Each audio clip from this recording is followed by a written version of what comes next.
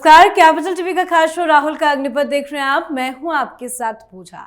बिहार विधानसभा चुनाव के पहले चरण की वोटिंग पूरी हुई और बम्पर वोटिंग ने राहुल गांधी की नींदें हराम कर दी। राहुल गांधी को अब समझ में आ गया कि बिहार का चुनाव उनके हाथ से निकल गया है।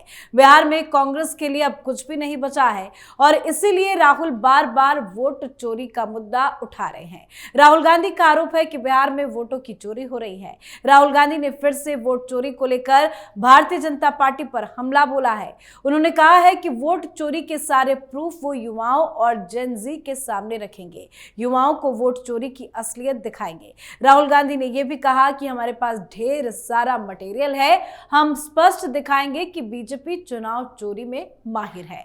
तो चुनाव के बीच में आखिर बार बार वोट चोरी का राग क्यों अलाप रहे हैं राहुल गांधी, आपको बताएंगे कि कांग्रेस पार्टी के अंदर क्या चल रहा है। और चर्चा के लिए मेरे साथ स्टूडियो में मौजूद हैं कैपिटल टीवी के एग्जीक्यूटिव एडिटर राजीव जी। सर, आपका बहुत बहुत स्वागत है। धन्यवाद। एक बार नहीं, बार बार राहुल गांधी एक ही बात क्यों कह रहे हैं कि बिहार में वोटों की चोरी हो रही है? कोई पुख्ता सबूत है क्या उनके पास? बिल्कुल सबूत है, और वो सबूत है जिसके आधार पर आलंद में जो पूरी स्क्रिप्ट तैयार की गई थी कर्नाटक का विधानसभा क्षेत्र, जिसमें स्पेशल कोर्ट में सुनवाई हुई एक दिन पहले, और उस सुनवाई में इन लोगों ने आरोप लगाया भारतीय जनता पार्टी के विधायक के ऊपर कि इन्होंने वोट चोरी की है। कर्नाटक में इनकी सरकार, और सरकार ने क्या किया कि ये वोट चोरी के स्क्रिप्टेड पटकथा के आधार पर इन लोगों ने एसआईटी का जांच की बात कर दी। एसआईटी बना दिया। सिद्धारमैया इनके चेले चपाटी है, और अब सिद्धारमैया और डीके शिव कुमार के बीच बात यह चल रही है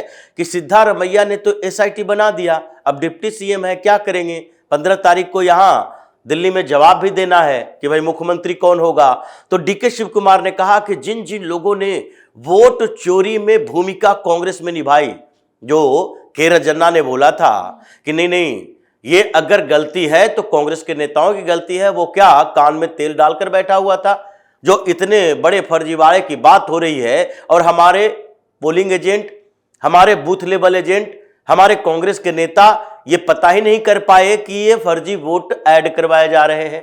तो इन लोगों पर कार्रवाई होनी चाहिए। डीके शिव कुमार ने यही कहा कि कांग्रेस के उन नेताओं पर कार्रवाई होनी चाहिए जिन्होंने ये सारे के सारे फर्जी वोटर, जिसकी बात राहुल गांधी कर रहे हैं, उसको ऐड करवाने के लिए आप चुपचाप बैठकर सहमति दी। तो इसलिए इन लोगों ने एसआईटी बनाया। एसआईटी के सामने इन भारतीय जनता पार्टी के नेता को पेश होने के लिए बात कही। 10 दिन का समय दिया, कोऑपरेट उन्होंने किया। यहां तक कि इन लोगों ने भाजपा विधायक के घर पे छापेमारी की। एसआईटी गई, वहां से ढूंढ कर सीसीटीवी फुटेज लेने लगी कि कहीं उस समय के सीसीटीवी फुटेज ये अपने पास तो रखे हुए नहीं है। उसके बाद पूरी प्रक्रिया हुई तो स्पेशल कोर्ट में भाजपा की तरफ से एक पिटीशन दिया गया कि देखिए एसआईटी के माध्यम से हम लोगों को तंग किया जा रहा है। 5-5 पुलिस वाले किसी भी समय में हमारे घर पे आ जाते हैं, छापेमारी करते हैं, जबकि सारे रिपोर्ट जो दिखा रहे हैं, जब चुनाव आयोग ने वो रिपोर्ट दी थी, जब कांग्रेस में राहुल गांधी ने पावर पॉइंट प्रेजेंटेशन दिया था दिल्ली के अंदर, तो आलंद विधानसभा में जिन वोटरों की बात की गई थी वो सारा वेरीफाइड हो चुका है। चुनाव आयोग ने एक एक का जवाब दिया कि जितने वोट ऐड किए गए हैं, जिस मोहल्ले में ऐड किए गए हैं, वो मोहल्ला कौन सा है जहां पर प्रवासी कर्नाटक के लोग रहते हैं, जहां बाहर से जाकर काम करते हैं। इसलिए ये मकान की संख्या एक ही है, और फिर जो 6 महीने के लिए, 1 साल के लिए आता है, वो अपना वोटर लिस्ट में नाम डालता है और उसके बाद जाने के बाद वो कटवाता ही नहीं। तो इसलिए ये आरोप निराधार है कि किसी ने जबरदस्ती गलत तरीके से वोट ऐड करवाया है। वही बात ये स्पेशल कोर्ट में कही गई, और स्पेशल कोर्ट ने एसआईटी को निर्देश दिया कि कोऑपरेट करने के लिए जो तैयार है उसको तुम गिरफ्तार करने की बात क्यों कर रहे हो? तो ये वोट चोरी के जो आरोप लगा रहे थे, जिसमें जब सबूत देने की बात आती है कोर्ट के अंदर, तो ये सारे का सारा राहुल ब्रिगेड भाग जाता है। वहां पर केवल ये पैदा करने की कोशिश की जा रही है कि कहीं भारतीय जनता पार्टी का एक छोटा सा कार्यकर्ता जो किसी भी जगह पर वोटर लिस्ट वेरिफिकेशन में या फिर बीएलए के तौर पर काम किया हो, और उनको फंसाने के लिए पुलिस एन केन प्रकारेण कोई सबूत इकट्ठा कर ले और उसके आधार पर हम पूरे देश में वोट चोरी का आरोप लगा लें। फिर एक वोट चोरी का आरोप लगाया हरियाणा में। हरियाणा में क्या हुआ? हरियाणा में ये लोग गए और उसके बाद जिन जगहों पर जिन लोगों के नाम की बात की कि एक घर में 66 वोटर हैं। अब एक घर किसका है पता नहीं। जब उस घर के बारे में जानकारी ली गई तो मकान नंबर तो वही है, वोटर भी वही के हैं, लेकिन वो वोटर कौन है? जो 3 पीढ़ी का परिवार है। ये उसके घर वालों ने कहा कि हमारा मकान इस एरिया का सबसे पहला पक्का मकान है। 15 एकड़ की हमारी जमीन है, जिसमें से लगभग 7 एकड़ में हम लोगों ने अलग अलग उसी प्लॉट के अंदर मकान बना रखे हैं और 7.5 एकड़ से ज्यादा की जमीन में खेती करते हैं। अलग अलग धंधे भी हमारे परिवार के हैं। तो ये हमारे दादाजी ने बनाया, दादाजी यहां पर रहने लगे, उनके बच्चे भी उसी प्लॉट के अंदर रह रहे हैं और आज हमारी तीसरी पीढ़ी भी उसी में रह रही है। तो ये सारे टोटल जो 66 वोट की बात कर रहा है वो आकर चेक कर ले, एक एक व्यक्ति का वोट चेक कर ले कि हमारी पत्नी का, बच्चे का, किन किन लोगों का, दादा से लेके अब तक की पीढ़ी में हम अगर 8 फैमिली यहां रह रहे हैं तो 8 के कितने वोटर हैं। तो ये राहुल गांधी का दावा था। चुनाव आयोग ने तो पहले कह दिया था कि एक भी क्लेम तुमने उस समय क्यों नहीं किया जब वोटर का वेरिफिकेशन हो रहा था। जब हम ड्राफ्ट रोल तैयार करने के बाद सारे पार्टियों के जो पोलिंग ऑफिसर थे, इन लोगों के जो ऑफिस बियरर थे, उन लोगों के पास हमने ड्राफ्ट रोल भेजा था और करेक्शन के साथ ये कहा था कि जो भी नाम पर आपको शक होता है उसके लिए आप फॉर्म फिलअप करो और उसके बाद शिकायत दर्ज करो कि ये नाम है जो फर्जी दिखाई पड़ रहा है। उसके बाद राहुल गांधी ने जिन लड़कियों का नाम लिया था उसके पास भी लोग गए और ये स्वीटी, सरस्वती, इन सब ने कहा कि हमने तो 2 साल पहले ही ये जो हमारे फोटो है जो गलत लग गया था उसके खिलाफ आंगनवाड़ी सेविका को हमने कंप्लेन किया है। वोटर लिस्ट में हमारा नाम है, वोट हमने दिया है, लेकिन वो फोटो पहचान पत्र के आधार पर नहीं दिया था। हमने इसके लिए राशन कार्ड का इस्तेमाल किया था क्योंकि फोटो पहचान पत्र में फोटो गलत थे, तो उसके कारण हमने पहले ही कंप्लेन कर दिया था कि मेरी फोटो रिप्लेस की जाए।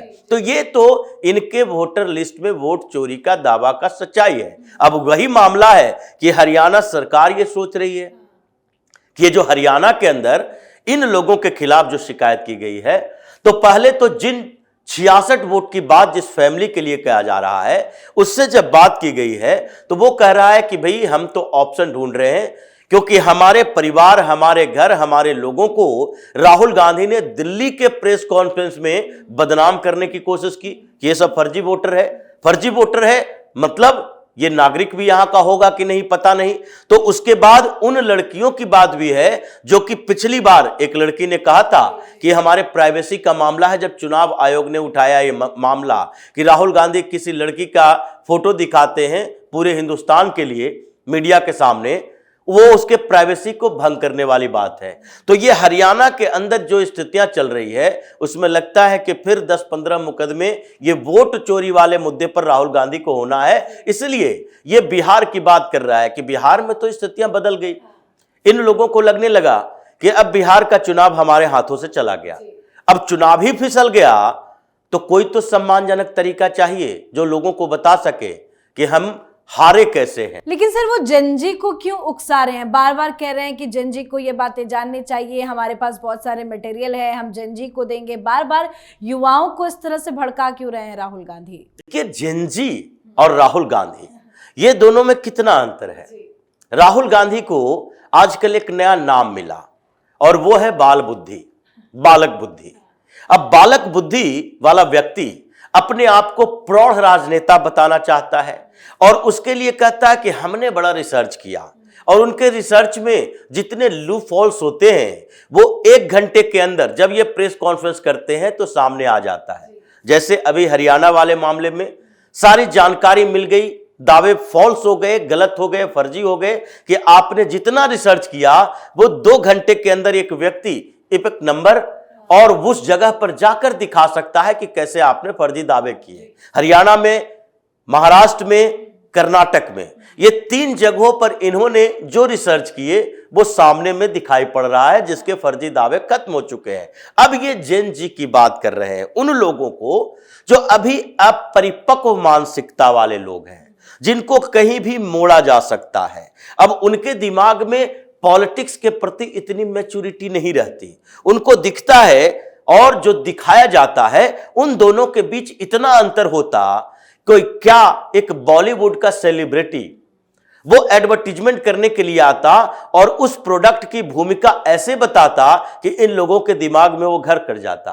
क्या बॉलीवुड में ये इतनी फिल्में बनती है, उसका प्रभाव जो होता है, चाहे बच्चे बच्चियों के लिए हो, वही प्रभाव एक प्रौढ़ व्यक्ति के लिए होता है, उसके दिमाग में आता है। जो अफेयर्स की खबरें, मारपीट की खबरें, लड़का लड़कियों के साथ जो कर रहा है, लड़कियां लड़कों के साथ जो धोखेबाजी हो रही है, ये सारी चीजें बॉलीवुड के स्क्रिप्ट में होता है। उसका प्रभाव तो इसी मानसिकता वाले लोगों को पड़ता है। अब राहुल गांधी को यह बताया गया, ये साइकोलॉजिकल थिंकिंग बताई गई कि देखिए यहां पर क्या है कि अभी तक जब तक इन लोगों के दिमाग में ये नहीं भर पाते कि यहां डेमोक्रेसी खतरे में है, तब तक आगे के आपके आंदोलन, जिसकी पृष्ठभूमि आप तैयार कर रहे हो, जिसके आधार पर आप किसी तरीके से मोदी को बदनाम करने के साथ साथ देश में अराजकता पैदा करना चाहते हो, जैसे सीए के मसले पे था। सीए के मुद्दे पर किसी ने, चाहे मौलाना मौलवी हो या फिर कांग्रेस पार्टी का कोई लीडर हो या मुस्लिम अपीजमेंट की पॉलिटिक्स करने वाली पार्टियां हो, किसी ने सीए के बारे में बात ज्यादा नहीं की। सबने कहा एनआरसी आने वाला है, सबने कहा नागरिकता छिन जाएगी।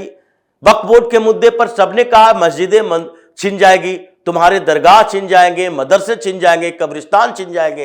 तो ये जो गलत इंफॉर्मेशन के आधार पर उन लोगों को बरगनाने की कोशिश है, उसका आधार यही है कि सीए से भी बड़ा आंदोलन चाहता है, अराजकता चाहता है, क्योंकि ये जानता है कि चुनाव में हम जीत नहीं पाएंगे, तो किसी तरीके से लोगों को सड़कों पर लाओ और फिर आंदोलन करो, हंगामा करो कि फिर मोदी दबाव में आकर उसी तरीके से इस्तीफा देने को मजबूर हो जाए, जैसे कुछ देशों में आजकल हुआ है। जी बिल्कुल, बहुत बहुत धन्यवाद सर समझाने के लिए। धन्यवाद। तो राहुल गांधी ने एक बार फिर से बीजेपी पर वोट चोरी का आरोप लगाया है। राहुल गांधी ने आरोप लगाया कि पूरा चुनाव चोरी किया गया और नरेंद्र मोदी चुनाव चोरी करके प्रधानमंत्री बने हैं। हालांकि बीजेपी ने राहुल गांधी के आरोपों को खारिज कर दिया और कहा कि राहुल गांधी अपनी नाकामी को छिपाने के लिए देश के लोकतंत्र को बदनाम कर रहे हैं। और यही सच्चाई भी है कि राहुल गांधी के पास कोई ठोस सबूत नहीं है और वो बिना सिर पैर की बातें एक बार नहीं बार बार कर रहे हैं। इस तरह का बयान राहुल गांधी का चुनाव को लेकर